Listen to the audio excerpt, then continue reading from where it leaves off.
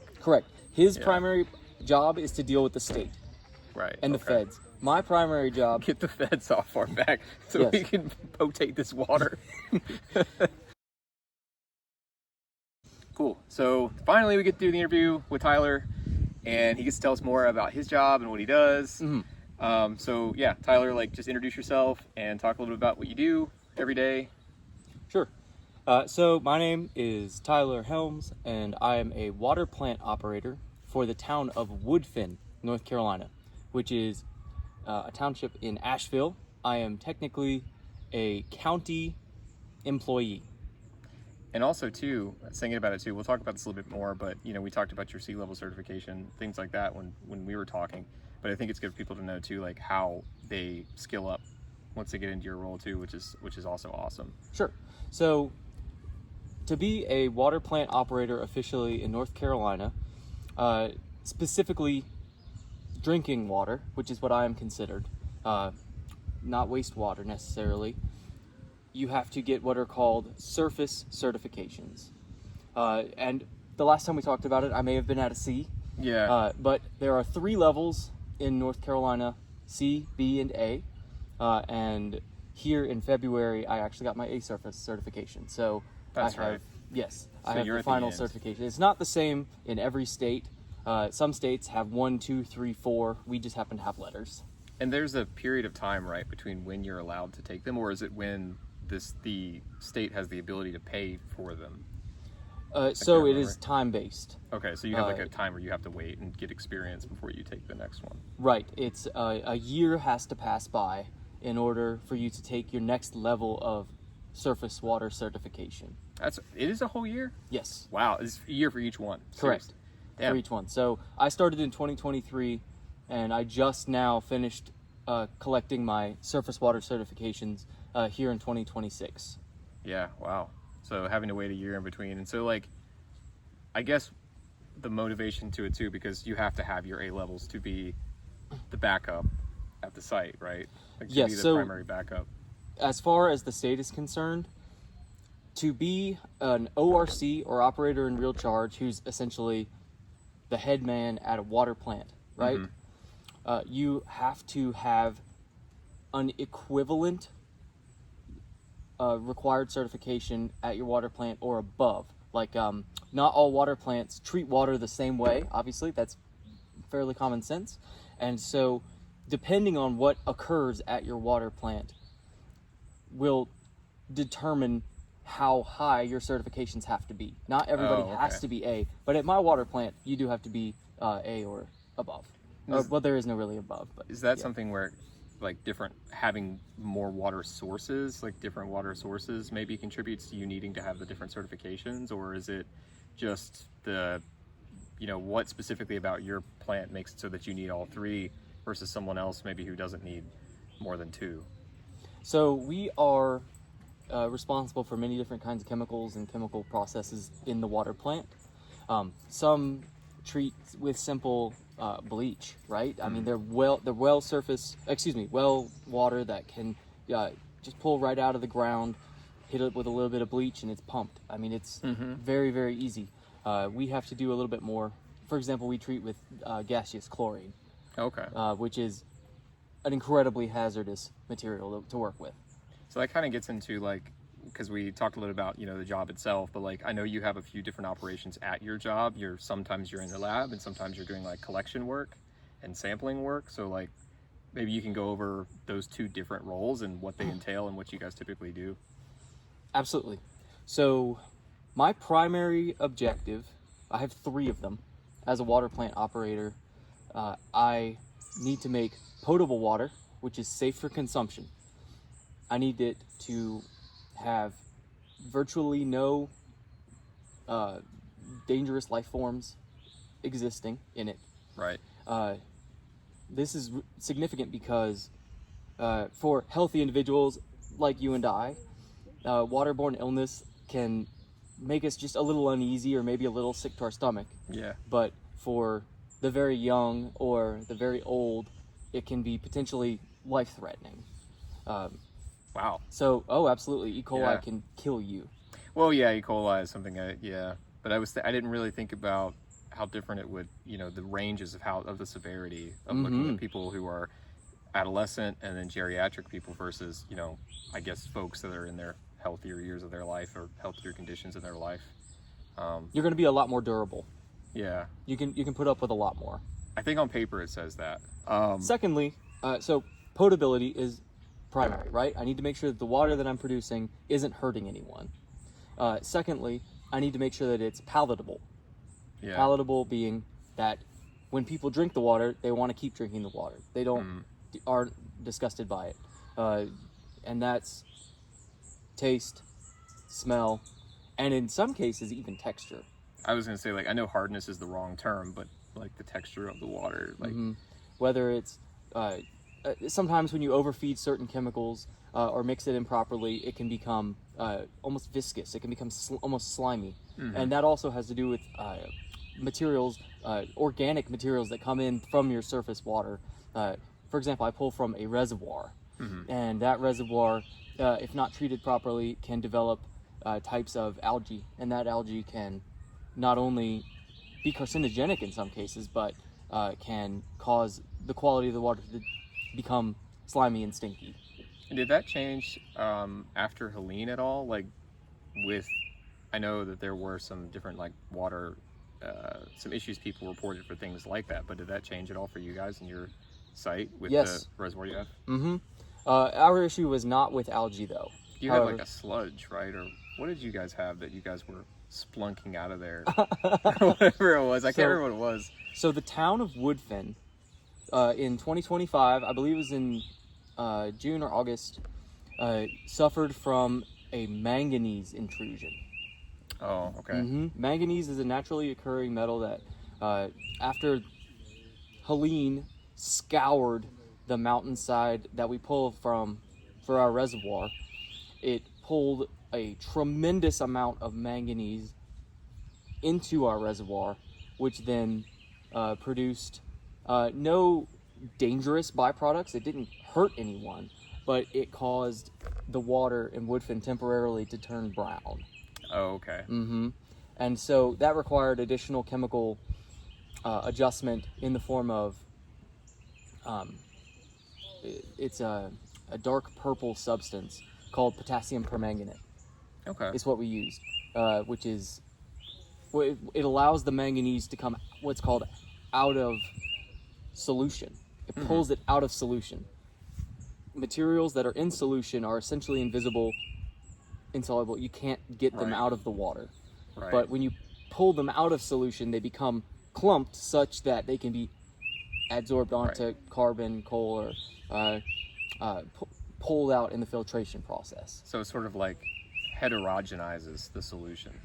I don't know if I don't think heterogenizes is a word, but like how you have a homogeneous solution and a hetero solution where fully blended versus one on top of the other, like oil and water. Correct. It separates them so that they can be better treated and processed out. Oh, okay. Because then you can kind of scrape them off.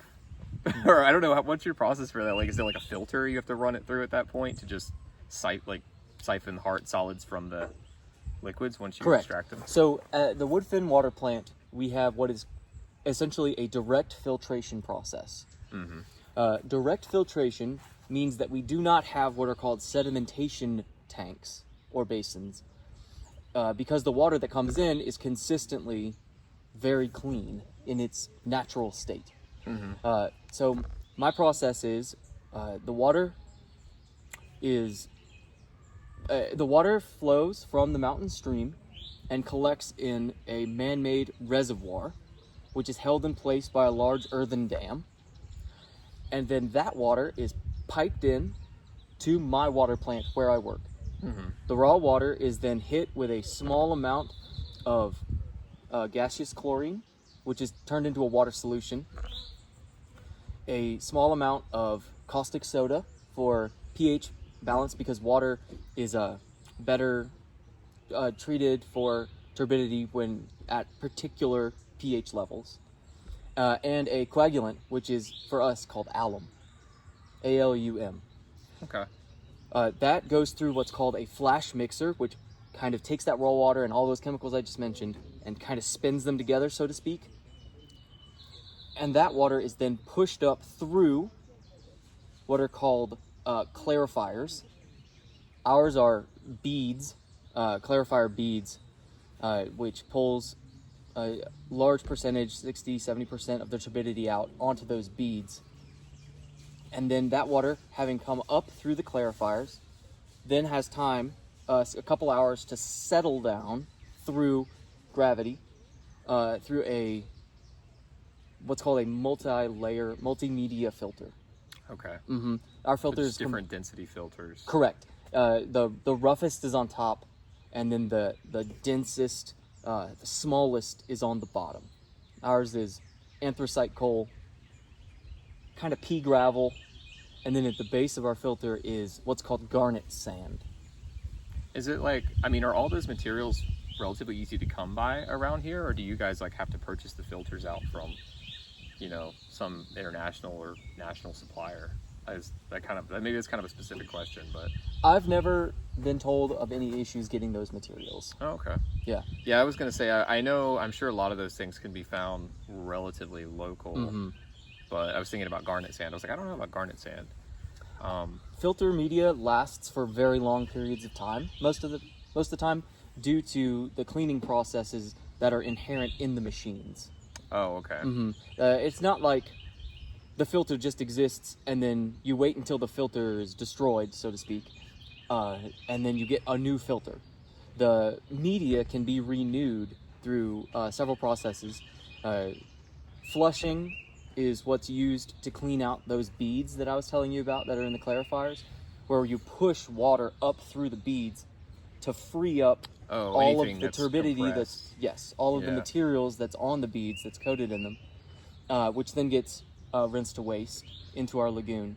Or backwashing, which not only pushes water through the clarifier beads, but pushes water up through the multi-layer filters, and then allows it to settle back down. So that's interesting. So that process seems to me that, I mean, I know you said let it sit for, what is it, like a few hours potentially? And Water, yes, it filters down through the media for a couple of hours. So is that just like a straight flow filter out, or is that to a second, like a holding tank of some kind that then flows out somewhere else? Yes, correct. Okay. So the water sinks down through the filters and is collected in what's called a wet well. Well. And the water is then treated. This is called post-treatment. The water is hit with a larger dose of gaseous chlorine at that point and a larger dose of caustic soda in order to get it ready for distribution. It's pumped from the wet well with high service pumps, massive machines, up into a large holding tank, which is called our clear well. And then from the clear well, it's gravity fed 10 miles into the town of Woodfin and other associated parts of Asheville. Wow. Yes. So that was a very amazing, detailed breakdown of what you do, like in terms of looking at the process of the facility. So we covered that part, and then also you guys have like a sampling portion as well, where you guys spend some time sampling out in the greater area, right? Going around to collect samples for some. Correct. So another facet of my job, it's understood that water treatment operators' primary goal number one, is to make potable water, right? To make sure that there's no bugs that exist. I call them bugs.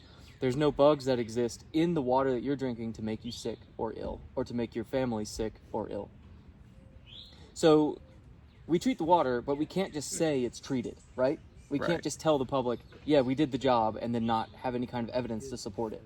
So daily, we have to test our raw water for bacteriological contaminants, and we have to treat our finished water, what is going to be going into the wet well, right? We have to treat that to make sure that the filters are achieving a particular level of bacterial removal. Now, it's very important to understand water treatment, for the most part, in municipal water is not a sterilization process. The idea is not to get rid of every single thing that exists in the water. Right. Because that would be outrageously expensive for the consumer. Yeah. That is the third aspect of my job. there's potability, there's palatability, and then there's affordability. Because tap water is one of the, if not the most cost-efficient experiences of civilization. I think a gallon of tap water is something absurdly low, like 0.003 dollars. You could put it on the scale with various cryptocurrencies. Yeah. You could swap, like, you know, it'd be like, yeah, 1 gallon of tap water for, you know, water coin. Yeah, it is Funny. really, really, really cheap. But anyways, we have to prove that we are that we don't have bugs in the water.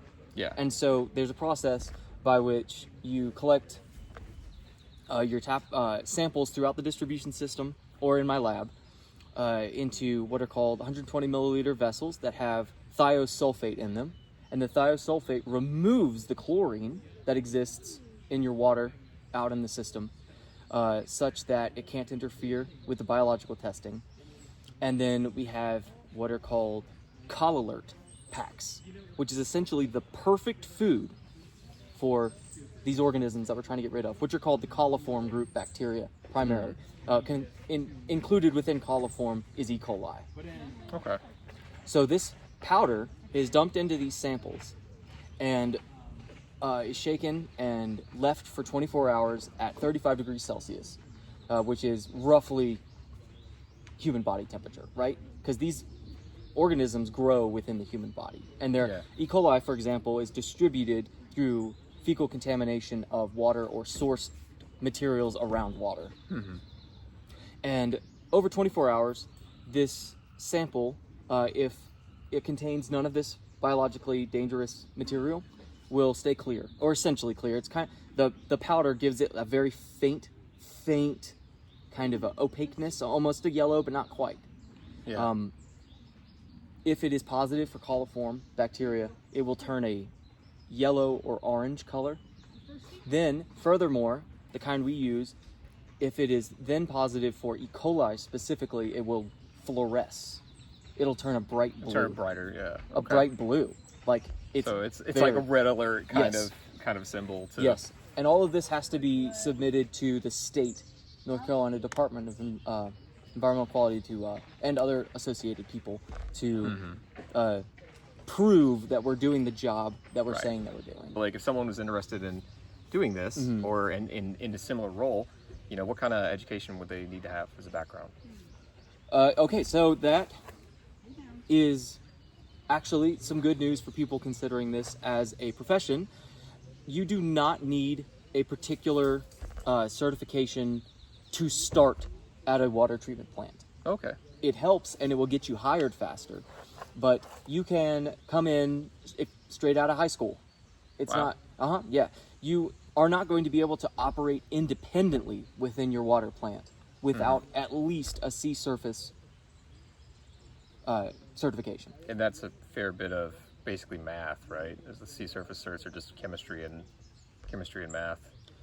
Surface water certifications are a large portion of multiple choice questions that are sourced from really well put together textbooks that are available, that your water plant probably already has or will buy for you.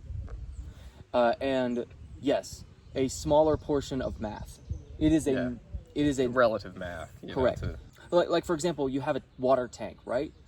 You're going to need to be able to take inches within your water tank and be able to convert that into gallons. You know what I mean? Oh, okay. How many gallons exist in your water tank? Right. And So then you're given that value in a water tank, and you're going to have to be able to determine within reason, if you're given X amount milligrams per liter of chlorine, for example, how many pounds of chlorine you're going to need in order to treat that full tank of water. So pretty good amount of unit conversions Correct. going on. Pretty good amount of some geometry there with some volume.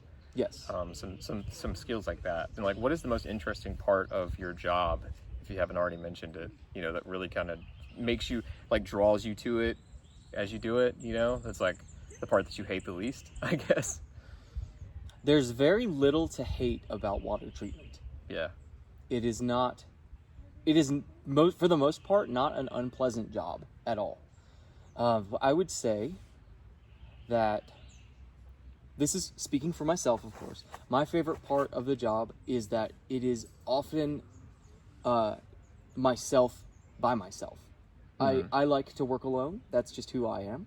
And a large portion of my monthly experience at my water plant, I get to operate on my own.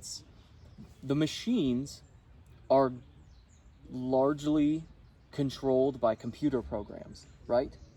So a water plant operator, for the most part, is a maintenance position. You're making sure that those machines are still doing what they're supposed to be doing. Right. Occasionally, when the raw water changes coming into your plant, you need to make chemical adjustments in order to keep things at the base level that you've been trying to maintain for a long time, with a few exceptions. But largely, you are trying to find ways to spend your time. So yeah, you're having those interval periods where you need to assess the data coming out, make sure you're still on the right track, make sure there's no anomalies. Correct. And then you have the gap times in between, right? And there is a tremendous amount of free time as a water plant operator at a plant of my size. That's what's important here. Right. My water plant only has 2 filters. 2 filters. And treats roughly 900,000 gallons of water within a 10 to 12 hour period. That sounds like a lot when you say it without context of the fact that most common water plants are treating 10 million gallons. Wow. And are 24-hour operations. And then you go to the real stars of the show, like in our town, like in our city of Charlotte here in North Carolina, where their primary water plant is treating something truly absurd, like 90 to 100 million gallons of water in a 24-hour period. I'm actually surprised that it's not a little bit more than that in a 24-hour period, because it's not just homes, right? It's businesses and different facilities. Correct. And, you know, as a facility, like even if you had like an Amazon distribution facility that showed up, you know, they would use so much water. Yes, that's a good point, because typically when I think of my job, I think of providing water to families, right? It's what allows people to fill their pots up to make pasta, and it allows them to flush their toilets. Yeah. It allows them to take their showers, right? Yeah. But I think about you every time I take a shower. Yeah, we can cut that out if we need to. Yeah. But you're right. For example, the Metropolitan Sewerage District, MSD, they're the primary wastewater facility in Asheville, North Carolina, right? They rely on woodfin potable water for the cleaning of some of their filters, right? Without potable water, they are having to spend exorbitant amounts of money to clean these filters, right? So we make their processes more efficient too. And, you know, potable water, I know that, for example, because I know technically we are talking a little bit about data centers, you don't necessarily have to use potable water to start cooling data centers, but it is helpful to have a potable water source to push through these data centers in terms of the cost and capacity.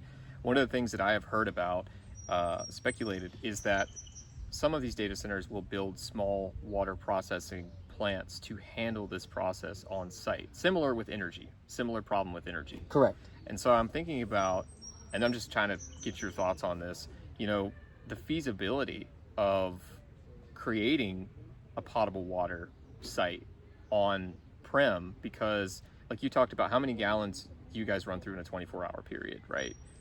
And thinking about how much a center like that would consume in a 24-hour period. I mean, I'm not sure exactly the numbers. I'll have to look them up, get back. But I would actually think that the amount of water that you guys clean in a 24-hour period would probably be used faster than the 24-hour period at a center like this at hyperscale. Like, I think they would actually use more water than you process in a day in terms of potability within a day to run the cooling process for these one types of centers, like a hyperscale center. So it's crazy for me to think about that, because I mean, how many homes do you think in Woodfin that amount of water is? We serve roughly 10,000 customers. Not just Woodfin, because it's like Woodfin in like greater Asheville area. So yeah, 10,000 customers, which could be various homes businesses, but we know in this area it's more homes than businesses, like for Woodfin and that region. But that's, you know, that's a huge number. And to think about using that much water in one building, you know, preferably potable water in their case. They can use gray water, but the amount of minerals in the water restrict it because the thermodynamic regulation, like the properties of the minerals in the water, cause the heat dispersion to be poor, and so it's not as efficient. And you know, so I was just thinking about that when we were talking about the volume. It's hard to really get a scale of the volume because you guys, like you said, you guys are small in comparison to some other facilities, but Absolutely. even still, you guys have, I think you guys have three or four operators? We have 3 primary operators, and we have, I think, 6 or 7 people working in the distribution. Wow. And one of those is trained as an operator. So how much, this is an interesting question, but I mean, does your reservoir get low and you guys have to, you know, how do you maintain that? Is that ever a problem? The reservoir that we pull from is roughly 4.5-5 acres in size, and typically doesn't fall more than 3 to 4 inches from a pulling of a day. You know what I mean? From pulling from it from 10 to 12 hours, typically the reservoir doesn't fall more than 4 or 5 inches. It's being fed steadily during that time, right? Most seasons we have what's called overflow, where there's more water coming in than we pull out. So it has to come out and be released over and down a spillway. And you have a passive distribution for that where it just passively spills over in the Correct. spillway. Correct. It goes down and meets into our local stream, which is called Reams Creek. And in times of drought, the lowest that I have ever personally seen it, and I've only worked at this water plant 3.5 years, would be maybe 7 to 9 inches down. And this is, you know, a reservoir that's dozens of feet deep. It's very large. Yeah. So that's good. You don't have that risk, because I was wondering if it got low and you had a risk of sediment potentially coming up and being more present, which I guess you are filtering for. You are correct. So, the closer you get to the bottom of a reservoir, the more sediment there's going to be present. So the intake, we call it the stack, there are multiple intakes in the stack, right?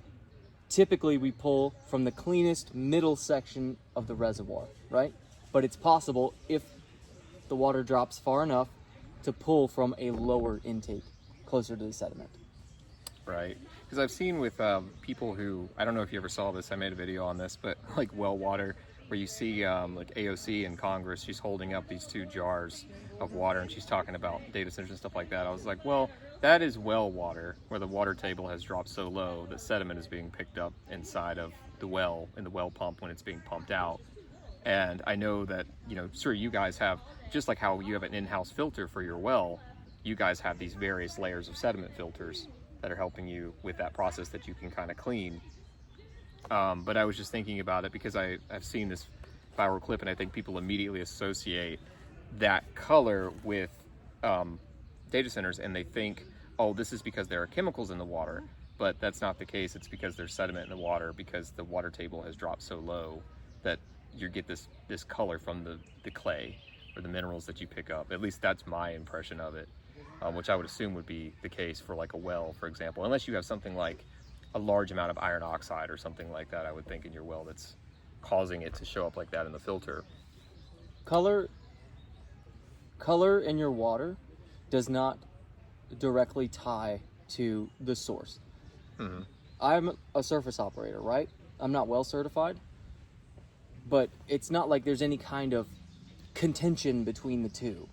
Wells can produce palatable, potable, and cost-efficient water. I mean, there's nothing wrong with well water for the most part. They are at great risk of contamination, just like every other source, if we don't take care of our environment. But they're not intrinsically dirtier, so to speak. Right. And I was thinking about it too, you know, with runoff from these data centers, having the amount of runoff that we will have, because if you think about how many gallons of potable water they're using, how much water is being spilled out as industrial waste, there's going to be some well seepage, I would imagine, of underground water sources picking up this water because the volume will be so high. Sure. And I don't think people really have the distribution channels to get the wastewater to wastewater treatment before there's quite a lot of ground seepage of this material. Like, even if they dump it into a direct source, I imagine there'll still be some seepage. As I understand it, within the realm of normalcy, whatever you call that these days, right? Yeah, just the standard that people can maintain. The manufacturing of a water treatment process in association with the sorry. Yeah, we're gonna have to go save those kids. That's because the water's not potable. That's what they're screaming about. So in order to manufacture this water treatment plant that works with these data centers, they would have to have a method for their wastewater. They would have to. It would be required. I would imagine it would be required by law, right, to have somewhere for that wastewater to go. And you need the energy to run the facilities, because it's not a passive system. I mean, there is some energy coming from the water, right, coming in, but there are regulatory bodies whose job it is to audit these labs and make sure that they're up to snuff, right?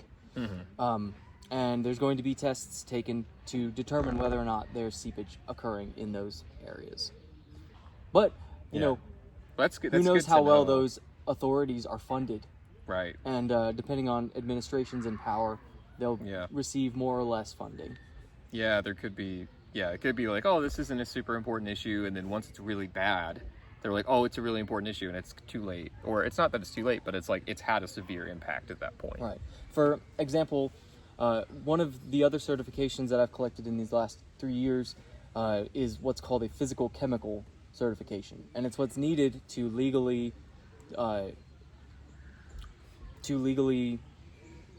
treat and maintain what's called our lagoon.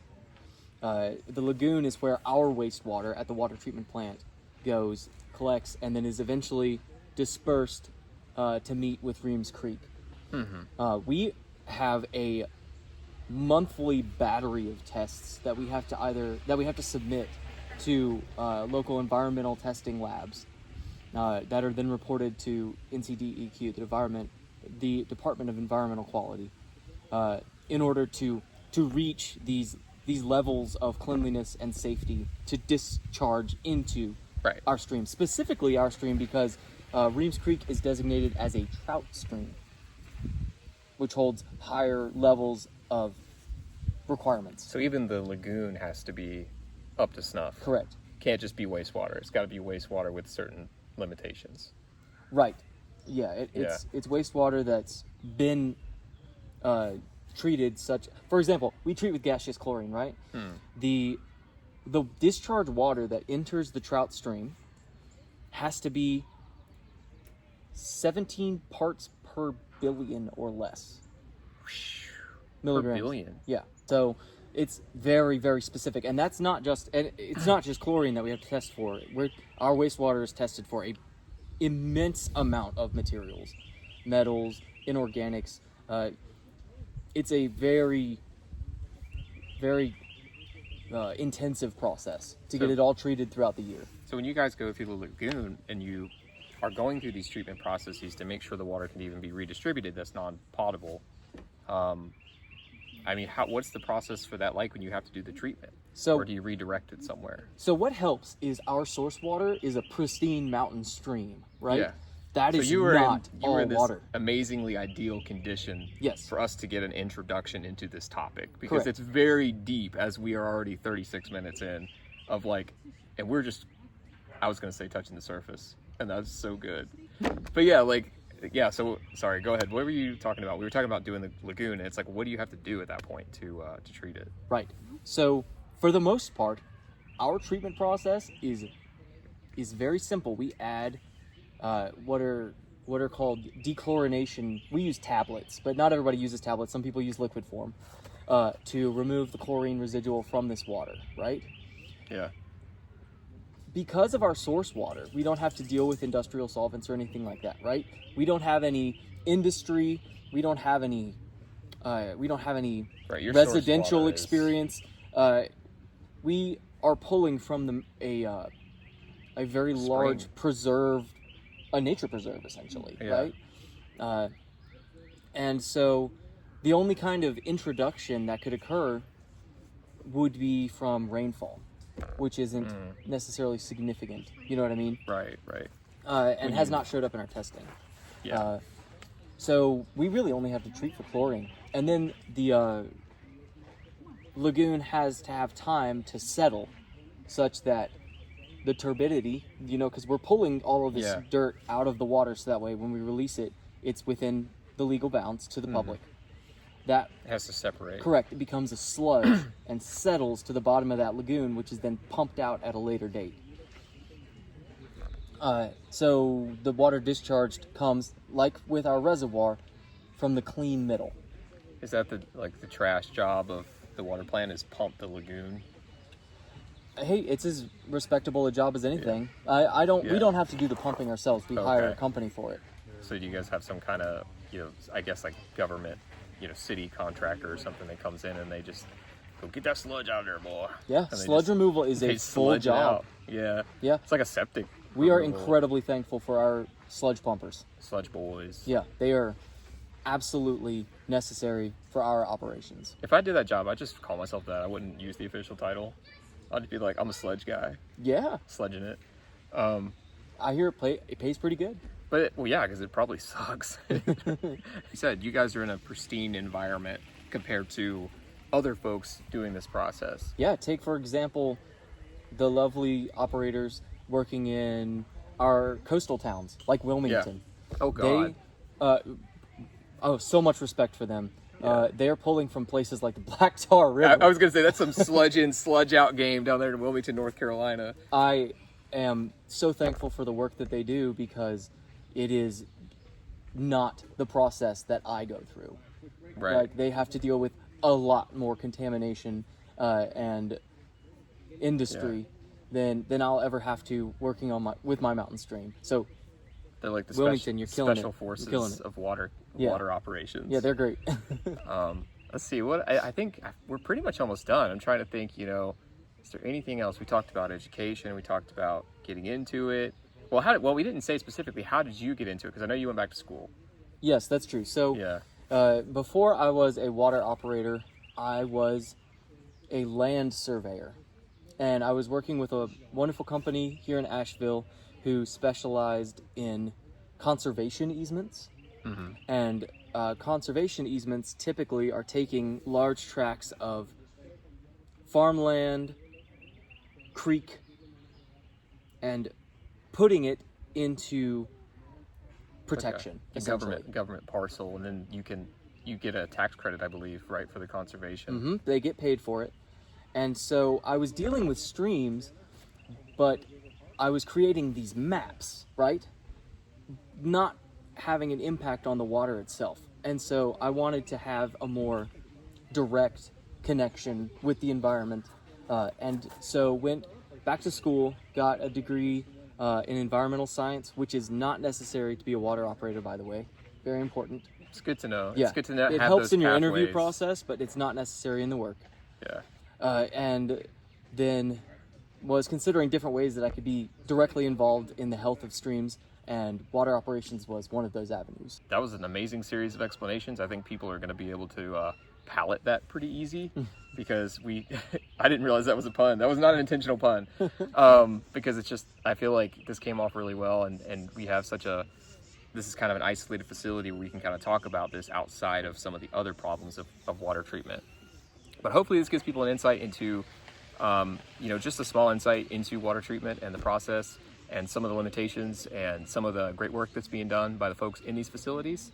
And hopefully we'll get to interview some more folks, environmental engineering, similar topics. And then we talked a little bit about, maybe we do this, maybe we're not, maybe we cut it out of the video, but possibly doing like a physical tour of the water plant, because you guys do private tours, right? Yes, we're happy to have you in. Cool. The public is invited if they request. We can Cool. always give you tours. There's no secrecy involved, just regulation. Yeah, that's really good too, because transparency is this really big thing. Like, I see so many times on TikTok comments, I see a lot of conspiracy comments, and I feel like you can clear that up by just saying, yeah, man, just I'm doing this stuff in the backyard, you can come check it out. And I feel like there's not a lot of that, you know. There's not a lot of it from both ends, but like at the same time, it's people wouldn't know that you could do that, you know. I wouldn't assume that I could take a private tour of a water facility. Yep. You know what I mean? It's like, it's not, obviously I understand why it's not promoted and advertised, but it is awesome that the city is willing to do that, and that you guys are willing to host people to come in and do that, to just kind of talk more about the process and see what you guys do. So, okay, we'll make another video and maybe we'll do that in the future. So thanks, y'all. Bye.